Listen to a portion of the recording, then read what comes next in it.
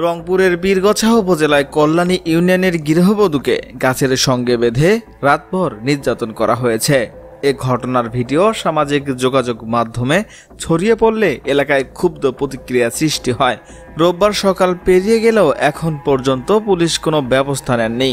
গত শুক্রবার রাতে গৃহবধূ শেফালী বেগমকে স্বামী নজরুল ইসলাম ও তার প্রথম স্ত্রী আমেনা বেগম মারধর করেন। এরপর মধ্যরাতে তাকে বাড়ির উঠানে গাছের সঙ্গে বেঁধে ফের মারধর করা হয়।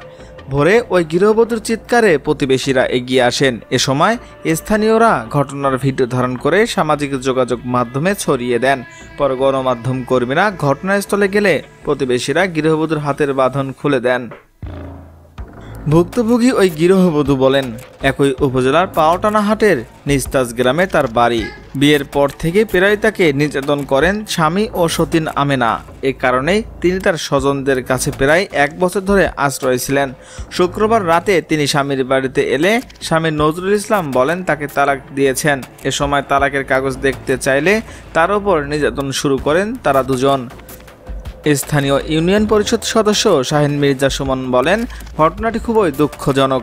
এভাবে একজন নারীকে গাছের সঙ্গে বেঁধে নির্যাতন করা ঠিক না। ফেসবুকের মাধ্যমে ঘটনা দেখার পর ঘটনাস্থল থেকে ওই গৃহবধূকে নিরাপদে থাকার জন্য তার আত্মীয়ের কাছে পাঠিয়ে দেওয়া হয়েছে।